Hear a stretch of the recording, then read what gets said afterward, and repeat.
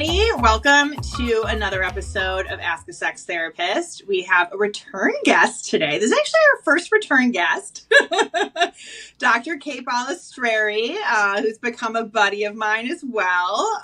So Kate runs Modern Intimacy, an amazing group practice that is in a few different states. I don't remember all of them. I know you're in Florida. Oh my God, 10 states? Mm-hmm. Okay, so if you guys are looking for some support, definitely reach out, and we'll link to Kate's practice in the bio as well. Kate's also a very busy lady, so I'm glad that she could take some time to join us today. So thank you for being here, Kate. Oh, thank you. I am so honored to be your first returning guest. What a thrill. Yeah, it's true. It's true. So we were talking, and we would love to chat with you guys about the number one most popular fantasy and how to make fantasies happen. So it's all about threesomes today. And I know Dr. Justin Lehmiller's book, Tell Me What You Want. He did like one of the largest studies on sexual fantasies. And so that's where I kind of learned that, you know, group sex and threesomes in particular are the most common sexual fantasy. And so let's, you know, help you guys make this happen. Yeah, it's really funny. Every time I'm talking to people about their fantasies, I think folks have a lot of fear around talking about group sex, but it does seem to be the thing that most people really want to bring into fruition because, look, let's face it, it's taboo, it's fun, there's a lot of opportunity for synergistic energies with more than one people and all that attunement. It's a fun situation. It is a fun situation, you know, and I just gave a talk locally this past week, and I had everyone write down on note cards, you know, like what's one way you want to spice things up. And yeah, like groups, there was an orgy on there, and there was, you know, some different kind of multi-partner scenarios. And so, yeah, this fantasy is alive and well. But when I hear from people, I think a lot of what I hear is like, well, but how do you find people, or how do you know? And there's kind of this almost like frustration, or like this is like a mythical unicorn that you can't actually make happen. And I beg to differ. I totally beg to differ, but I do think you have to know where to look and how to start these conversations. Because if you are a sex positive person and you run around in circles with other sex positive people, it's likely there's going to be more openness for 100% these kinds of conversations, right? Yeah. Yeah. And everybody knows somebody who's done this. I shouldn't say everybody. Yes. Most people know somebody. Know. Yeah. You might not know that you know someone, but you do. Yeah, exactly. And in a lot of urban areas, there are groups that meet up that are things like Friends with Benefits, or their kink groups, or their fetish groups, or their play party groups. So, you know, there are a lot of underground communities that exist. They can be sometimes hard to find, and that's by design. But you know, when you talk to people here and there, you do a little searching on FetLife or Field, you can usually run into folks who have had some experience in organizing some sort of group dynamic. And there's so many different ways to organize a threesome. Yeah, I agree. There are. And let's talk a little bit, because I like what you're saying with this of like sex positive community. And that's been a big part of my experience too. It's like, because I'm a sex therapist, and even if I just go to a regular old networking event, I'm like, I am Heather, I'm a sex therapist. That then people start telling me all the things, you know, and you find out about like, oh, here's the swingers taking over this bar. And then here's the, you know, munch that someone's going to. I found out in improv class, just like randomly getting partnered with a guy, and he was like, oh, what do you do? And I'm like, I'm a sex therapist, which I don't always tell people. But he was like, oh, I'm going to a munch right after this. You know, so people just start volunteering information, sometimes too much. But I think finding that community is such a good start for this, for making any fantasy come true in the bedroom. Totally, totally. And to your point, I've stopped telling people on airplanes that I'm a sex therapist because I don't want to be contained in a space with all of that data coming at me. I tell them now I'm an eyebrow esthetician or something, but... You do have great eyebrows, so that's believable. Well, thank you. You're welcome. You. Yeah, it's part of my cover. But it's important to find those sex positive communities, and if you can't find them, be it. right? Be it for people and Yes. start talking about with your groups of friends, hey, can we create more sex positive conversation? What does that look like to all of us? Yes. What are our fears? What are we willing to learn together? Can we be in a space of non-judgment with each other as we investigate these new ideas or possibilities? And that doesn't mean you have to be sexual together. But True. I like recommending things like get a sexy book club and read some That's sex fun. education together. Like really expand your vernacular and expand your knowledge base when it comes to learning about sex, because we all have pretty crappy sex education in this country. So bad. Yeah, so bad. I don't know if I should be saying this on the podcast because I might lose all my credibility, but I was watching MILF Manor. And they had like these young guys and and there was moms. It was a whole thing. Yeah. Anyways, but they had guys have to point out anatomy, like part of the, vulva and like where's the clitoris? Where's the spot, you should touch? Where are the lips? And like, they were just... They don't know. It was deeply concerning. And one guy said something like, all I need to know is where to put it. And I was like, no. That's all you need to know if you want to be remembered as somebody who's really not super great in bed. Right. Exactly. Yeah. So there's a little effort that needs to be happening. I agree. And honestly, it's a pretty fun thing to learn about. It totally is. Yeah, I think it's super fun. Yeah, we're a little biased here, but that's okay. If you're listening to this, you're probably already on board with the learning about sex. And I mean, in podcasts are another way to be like, oh, hey, friend, did you listen to this podcast? And you like forward someone an episode, and then you're like opening up the conversation, Yes. Yeah. So I like that. I think books, articles, podcasts, like anything that's kind of neutral, because then you're also not making it like too personal or like intrusive right away. Yeah, exactly. Right. You can all sort of react to this external stimulus like, oh, wow, in the article it said this and they did this. And that's super interesting. Or, wow, I never thought about that. I think it can be a great conversation starter. And it can help people think about what are their own limits, what are their own curiosities. And it can just get you used to talking about sex, which is really helpful when you're going to start seeking a threesome or some other fantasy, because the more you can say, hey, I'm into this, I'm not into this, I'd really like to try this, but I don't know how that works logistically. Or this is really curious, but I have some fears or concerns because of blah, blah, blah. I mean, the more you can just be really blunt and upfront about what you like, the more likely you are to find people who have a synergistic view. Yeah, it's so true. And I mean, Kate and I also talk about sex professionally. So, but I mean, and I'm sure you experienced this too. Sometimes I'll get people that come in and go like, I'm like so uncomfortable talking about this. And I'm like, it'll be fine. And I think like when you model for people, hey, it's actually not that big of a deal. Like, it's totally fine to talk about this. Then they're like, oh, that wasn't as bad as I thought. Yeah, exactly. Exactly. Yeah. So you can do that in your non-professional lives if you're listening. Unless you have a very cool work environment, which hopefully there's some of those out there. But maybe this is probably a conversation that's NSFW, right? Because HR may not love you talking about threesomes at the water cooler. Unless they work for you or me. Right. There's some cool companies out there, but like, yeah, sometimes I feel so funny about that, though, where I'm like, okay, I'm like talking to my new intern about, like going to Fetish Con or something, and that's appropriate. It is appropriate. My team and I always chuckle. We're like, can you believe we're having this conversation in a workplace and it's not inappropriate? It's like actually relevant and necessary.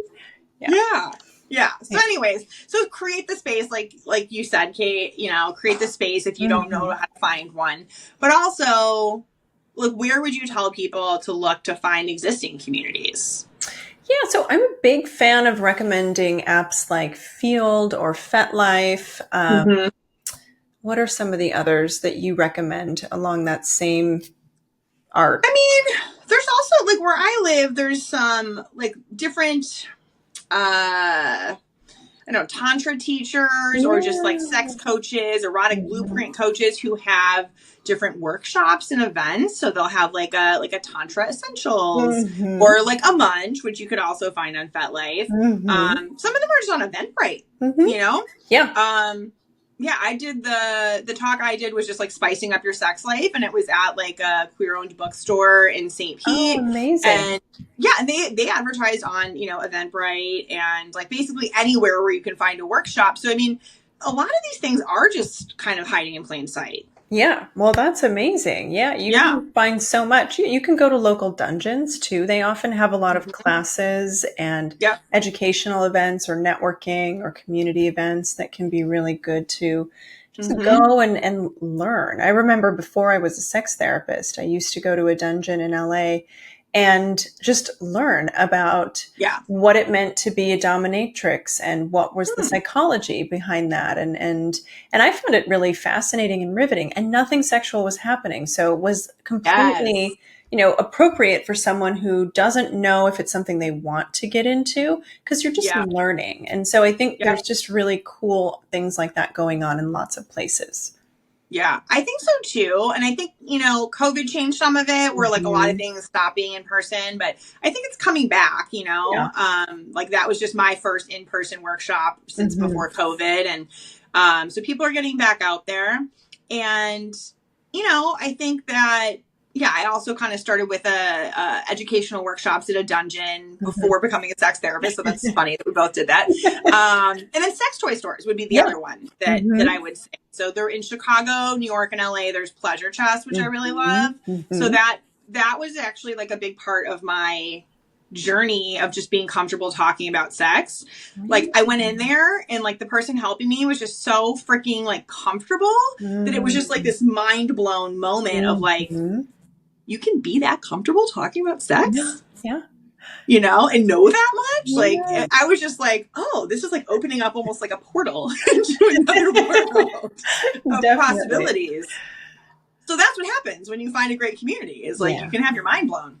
Literally. Yeah. And this, you know what I find? Somebody was telling me the other day, they're not a sex therapist. They're in a different specialty niche Mm-hmm. in the field of psychology.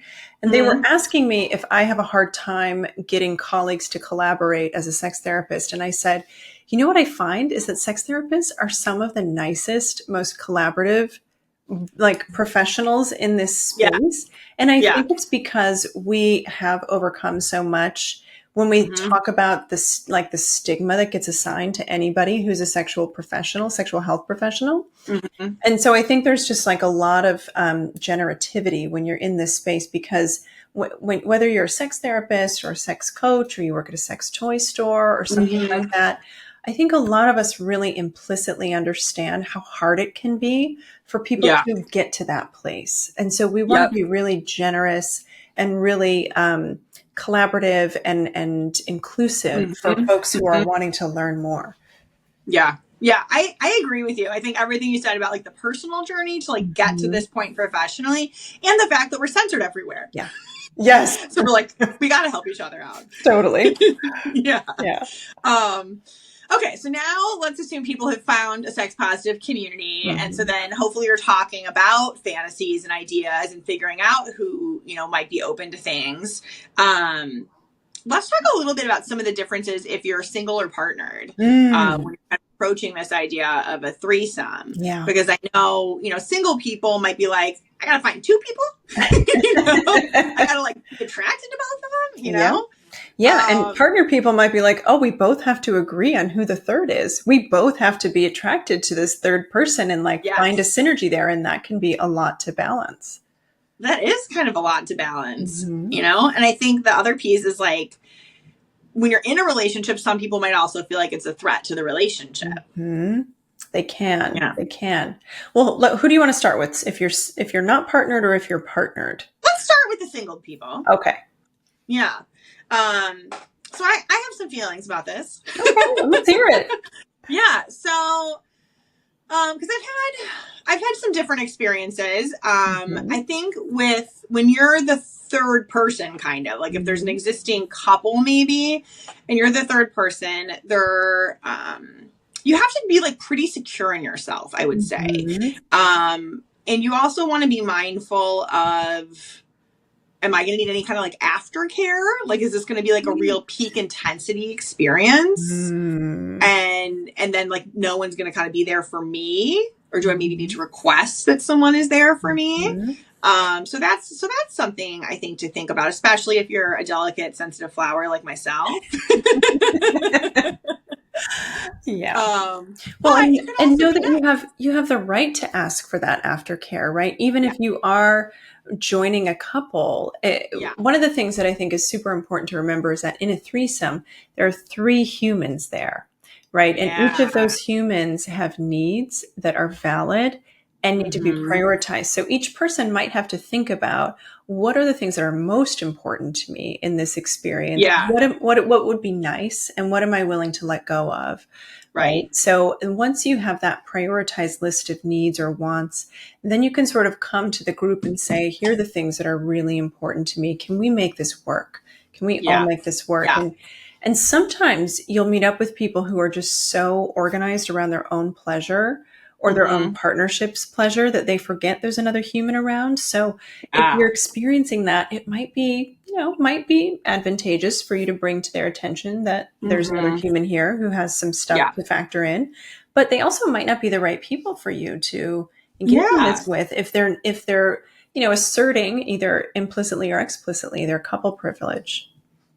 And I think, can you say more about that, the couple privilege piece? Because I think that's an important concept. Yeah. The language couple privilege that sort of comes from the world of polyamorous relationships. Mm-hmm. Um, but it sort of exists in the sense that like the couple, the formed couple assumes that like their needs as a couple are more important than the third or the other Mm-hmm. partner.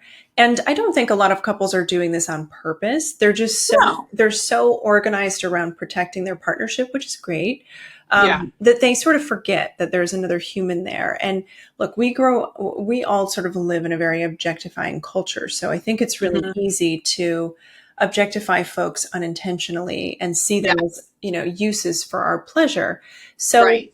it's important to kind of check in with yourselves if you are the couple or if you're going to be interviewing a couple to make sure that everybody's in an egalitarian position here. Yeah, I think that's really well put. And also just listening to you, I mean, and I think we're both this way. Like, we're both like so thoughtful and intentional, I think, about, and we like want to communicate, make sure everyone's feelings are tended to. Yes. Like, this is not average.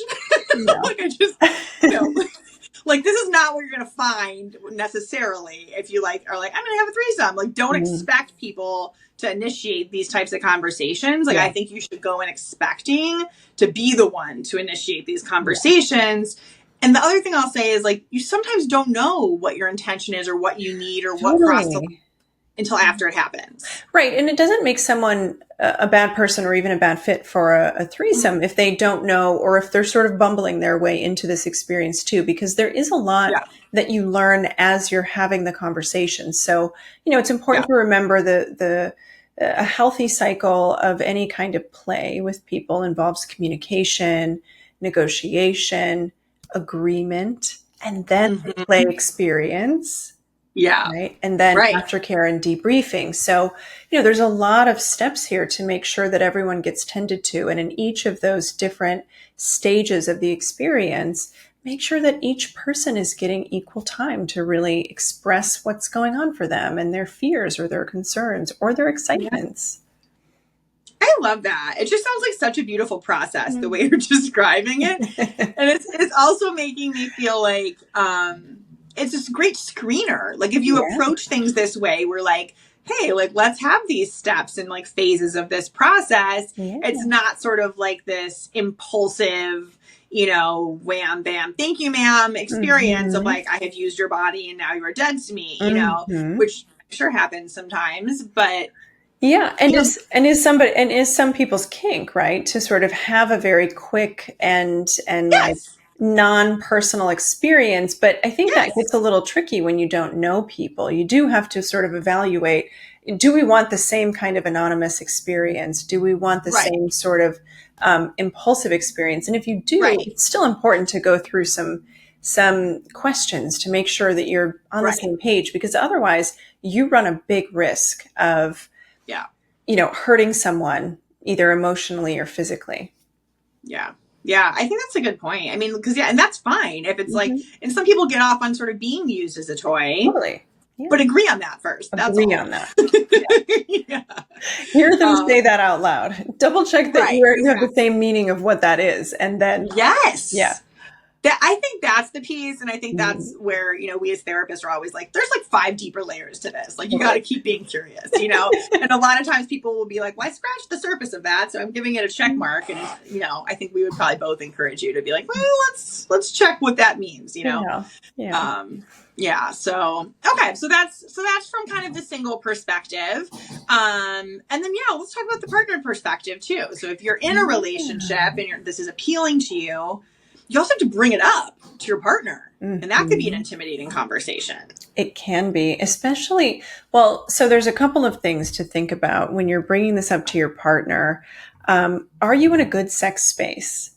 Right. And you don't necessarily have to be in a good sex space to bring this up. But if you're not, it might come with extra layers of delicacy because your sex life together has been flat, or it's been non-existent, or it's been sort of humdrum. Your partner or you could really quickly go to a place of fear. Like, are they bringing someone in because they're done with me, because they're afraid that we don't have a good sex life, or because I'm not enough? And so I think it's super important to remember that either of you can be really sensitive and protective immediately out of the gate. So, be gentle and bring it up as like hey, I saw this somewhere, heard about this somewhere. Is that something you could be curious about? But, I think it's important to be, respectful of each other and where you are in your relationship. And I wouldn't necessarily just go in and be like, I want to have a threesome. We're going to do this weekend. And if you don't want to do this, we're done. I mean, don't do ultimatums. I can't tell you how many couples I've worked with where somebody has already started the process of finding a third, and they kind of like work it in so their partner feels like they now have no choice. They have to say yes, or there are lots of people involved in their no, and that it is very confronting, and it can really set couples up for a fracture. Yeah, I've seen that too. And I think that the intentions are usually not bad. Yeah. But it's almost like because there's maybe still some shame or stigma around it, it's kind of like, I'm kind of avoiding bringing this up, and I'm kind of exploring my own. I'm kind of justifying why. And I'm kind of, it's like, okay, it's like, are you really doing this like for your partner's sake, where you just want to have everything ready for them, or, should we get consent first? I think, exactly. I agree that it's not always indicative of coercion, but it often is. And I think some partners get so excited about the idea of it that they want to create unconsciously or consciously a dynamic where their partner can't say no, or, they're hoping that their partner is going to be just as excited as they are. And they haven't really gotten out of their own headspace to think about their partner's experience of how this is coming to be. Right. And I think that's often because they're in their head in scarcity, almost anticipating a no. Yeah. Almost like, I'm so excited about this and you're going to like take it away from me. And so I just need to like live it in my mind by myself for a little while. Yes. Yeah. Yeah. So speaking of, though, I think what you just said reminds me, a lot of couples will use this as a fantasy and never bring it into fruition. And that is an option. That is an option. Thank you for mentioning that. Yeah. Yeah. Yeah. And and I love that. Totally.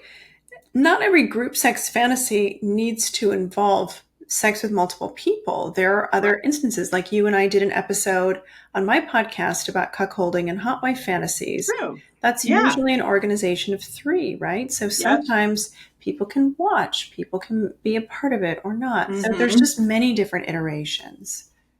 And that's true. I think now I'm thinking of group sex as like a spectrum, and so it might be like, okay, here's some we would actually want to do. Like maybe threesome we actually want to do, but maybe like gangbang we don't, or cuckolding we don't, but it's a fun thing to play with mentally. Mm-hmm. Mm-hmm. So there's, you can move around on the spectrum and try things on mentally and see what's exciting. And I encourage that. I do too, right? And I think one of the questions I get a lot from both single people and people in relationships is, um, when I'm thinking about group sex or being a third or inviting in a third, does it mean that I'm not enough for my partner or for Yeah. a partner? And I think Mm-hmm. it's super important to confront this idea of scarcity or that we have a Mm-hmm. limited amount of desire, right? Now, Mm-hmm. some people do have a more fixed arousal where they only find certain things or certain fetishes interesting or arousing to them. But for the most part, folks can like many different kinds of sex and many Yeah. different kinds of bodies, right, in their Yeah. arousal template. So if your partner's saying, hey, I'd like to invite someone in who looks like this, and that's not what you look like, it does not Mm-hmm. mean they're not attracted to you Right. necessarily. I think that's, yeah, thank you for saying that too. I think that like it's important to look at what's the meaning we're making out of our Mm. partner wanting to be with someone else. So if you're like on the receiving end of this conversation, Yeah. to notice that and notice what comes up for you and, get to a place where you're genuinely comfortable before moving on. Mhm. Mhm. Otherwise, if it's just like, well, I feel like I have to do this to keep my relationship. No. No, no. If you're feeling that way, or if your partner's putting that kind of pressure on you, in my Mm-hmm. opinion, that's a great time to pump the brakes and hard, Yeah. right? Yeah. Like no one should feel that this is an inevitability if it's not something that they are enthusiastic about or enthusiastically open to, even if it's not Right. something that they really desire yet.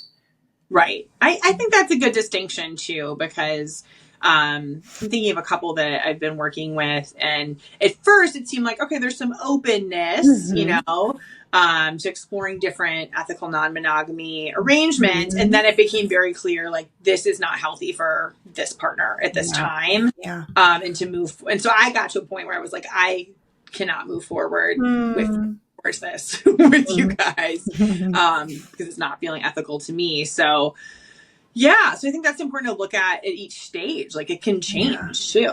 Yeah. Yeah. One of the other things that I run into a lot with couples who are in this space of either evaluating if they should bring in a third, or maybe Mm-hmm. they've been doing it for a while and they're trying to decide, does this work for us? Or Yep. do we want to make some changes to what we've been doing? I think it's Mm-hmm. important to remember that throughout the course of our lifespan, we have different relationships with desire. And when you have kids or when you change jobs and you have other stressors, if you're having a dip in desire around that, Yeah. it can be really amplifying in a couple's desire discrepancy. If one partner's like, I want to do more of this, and the other partner's like, oh, I can barely think about getting myself Yeah. together for one experience just with my partner. So have a lot of patience with each other, because this can bring up a lot of variations for folks to negotiate and to mediate with one another. Yeah. I think that's a really good point. I also wanted to bring up another type of threesome where maybe you're all single people and Mm-hmm. no one in a relationship. And that is also a thing that could happen. So if you Mm-hmm. decide that, you're not into being with a couple who has that kind of couple privilege or pre-existing relationship, or if, I guess if you're partnered, you can't do this. You can do it without your partner. Depends on your relationship. Right. If you have an open relationship, you could totally do that. Mm-hmm. Which might be an interesting experience. Mm-hmm. But yeah, so again, if you're in like sex positive communities and you're having discussions with people, like these things actually can happen kind of organically, Yeah. right? Yeah. And then you also have to think, if something seems like it's starting to happen, to like at least pump the brakes and have some kind of conversation Mm-hmm. about limits and boundaries and pregnancy prevention or STI prevention, or who's been tested and how recently. So Mm-hmm. there's a lot to talk about. There is, yeah. And look, everyone has different thresholds for these sort of safety measures. Some Yeah. people are less interested in these kinds of protections. Other people are very interested. Whatever Mm-hmm. is your truth is fine, right? Yes. But be transparent about that with other Right. folks. And Right. and really make sure that you are advocating for yourself in a way that feels good. And it's okay if you're on the more conservative end of that spectrum and you want Yeah. to have everyone get tested before you decide to play, and you want to use barriers and Right. that's okay to want that. And if someone else is Yeah. like, no, that's not how I play, okay, that's fine. That doesn't make them bad. It doesn't make you bad, but maybe you're not a great Yeah. fit for this sort of play. Yeah. That's like very well put. And, you know, you can be compassionate towards everyone while it's still being a no. Yeah. But that's also hard. Sometimes it's hard to tell yourself no when you get like all excited about True. the idea. And so that's why, I mean, it's good that everyone's listening to this, because now you can kind of think about it beforehand and have your wits about Yeah. you a little Yeah. more, you know? Totally. Like I like to do a little pre-planning with folks that I'm working with and like, let's Yeah. create your boundaries now. When you're in a Yes. headspace that isn't Yeah. aroused and you haven't been out at a party, you're not Mm-hmm. drinking, you're not doing all these things, like let's write Mm-hmm. down what you're committing to yourself are going to Yep. be your bottom lines for Right. safety and for your needs. These are the things that have to be in place, and put it in your phone or put the paper in your wallet. Look at it when you're out at the party and say, okay, this is what I committed to myself. This is what I'm going to stick to. And then you've got it. You've prepared.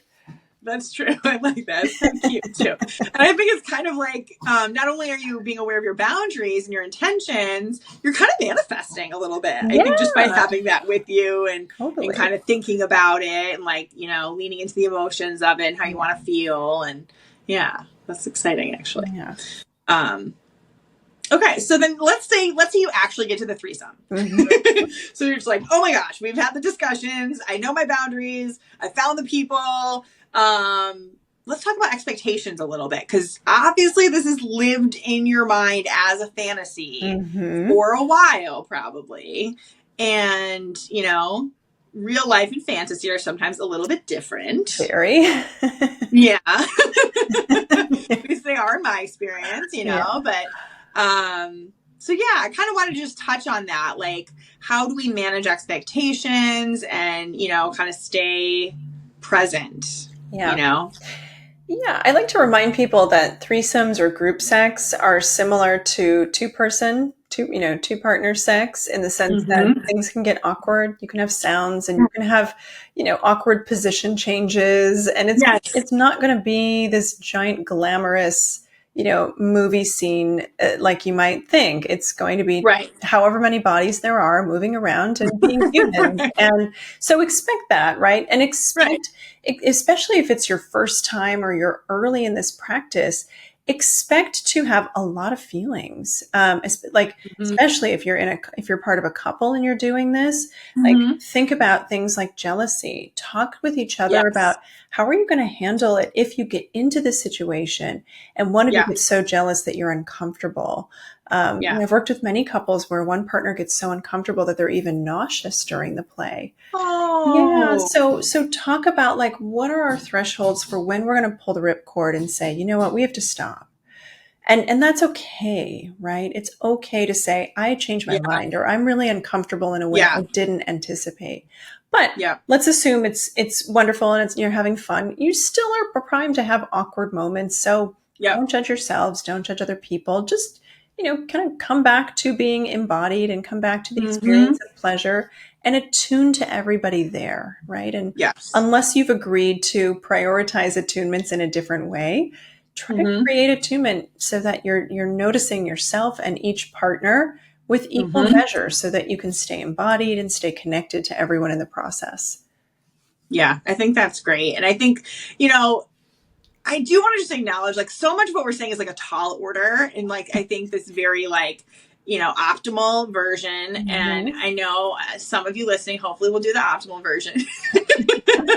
And if not, maybe you at least take away a couple of things and move in that direction. But I think that just like the being present, the adjusting expectations is very important. And also just like bring some compassion for yourself, because you're probably not going to do everything perfect, and neither will your partners. And, and like, you'll learn from it, and part of it is just like being on this journey.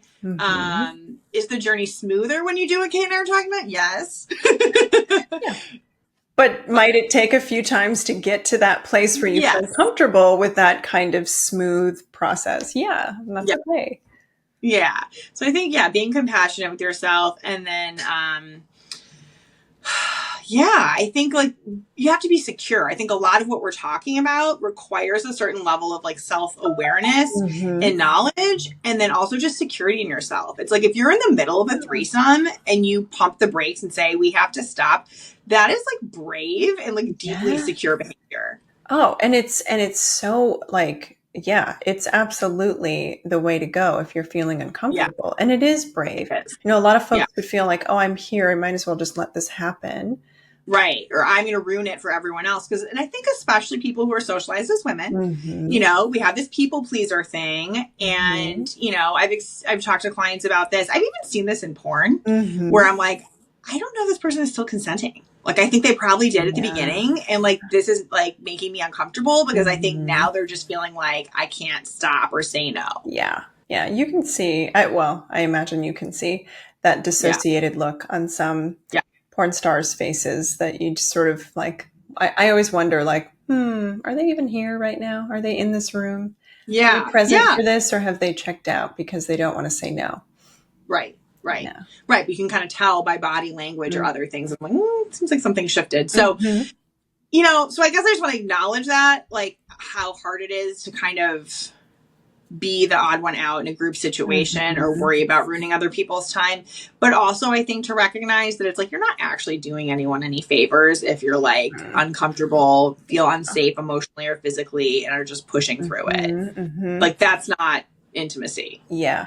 I hear about these kinds of concerns a lot from people who are socialized as women, especially if Mm-hmm. they are engaging with people who know each other and they're the third. Now, Yeah. this can mean, Yes.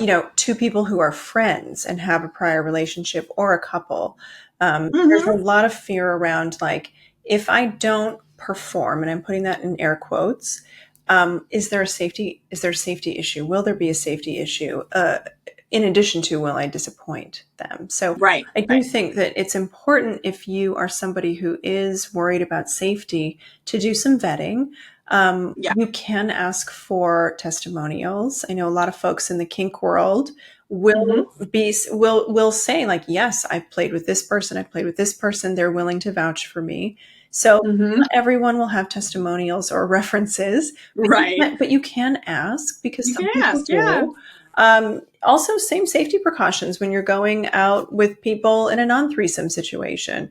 Maybe tell Mm-hmm. someone where you're going if you're going Yeah. to a Good place idea. that is not your own home. Yeah. Yeah. Yeah. So it's like all of this, nothing is 100% safe, right? But Yeah. you can make it safer and you can show up for yourself. Mm-hmm. And I think ultimately, like if you're willing to show up for yourself and it's like, hey, if this person doesn't like it, then maybe that's okay if I lose that relationship. Mm-hmm. Mm-hmm. But then when you do all of this hard emotional work, you can have a really good time. You can have an amazing time, and you can learn so Yeah. much about yourself. I mean, I Oh, I think love that group too. sex are a way to really, like, get a deep dive into, who am I as a sexual being? How do I show up when when I'm giving attention to more than one person, or more than one person is Yeah. giving attention to me? And what does that Uh-huh. feel like? I mean, it can bring up a lot of nuance and a lot of things you just didn't know about yourself and how you experience sex and attunement and care. I love that. Mm. Yeah, so that's what I'm wanting for everyone listening. That if you want to have a threesome, go do it. do it as safe as possible in an intentional way, and Yeah. build that inner security. If you need help with that, Kate and I are here for it. But yeah, it can be a really fun experience, and I think not only can it be amazing, it can also exceed expectations. Mhm. You might be expecting it to be more clumsy and awkward than it is, or that you don't know what to do. But if you're able to just kind of be present and like kind of flow with the energy of the people you're engaging with, yeah, I think it can be really like transformative and exciting, and like you said, Kate, something you can learn more about yourself with. So Yeah. Yeah, here's to having more threesomes. 3 cheers to threesomes. Yeah. Oh, yeah, this was a really fun topic, though. Thank you so much for joining me on this one, Kate. And are there any like parting words about threesomes or group sex that you'd like to share with people? As you said earlier, group sex is the most common fantasy. So Mm-hmm. try not to import too much meaning into wanting it or not wanting it. Like so many folks want to engage in threesomes or moresomes that it's like part of basically the human experience at this point. It's the most prevalent fantasy. So even if it's something you never put into action, please don't judge yourself. Please don't judge your partner if it's something that feels exciting, because that's true for a lot of people. And look, we are organized around pleasure and novelty as human beings. So it makes sense that we would want to invite new partners and have different experiences to optimize pleasure. Yeah, absolutely. And it's also okay if you're not ready for it for whatever reason. or never interested. That's also okay too. True. Yeah. There's not a right wrong. The only thing normal about human sexuality is that it's completely diverse. Right. And I love that. Yeah. Like, I love the diversity of sexuality. Like, that's what makes me passionate about this work. Me too. Yeah.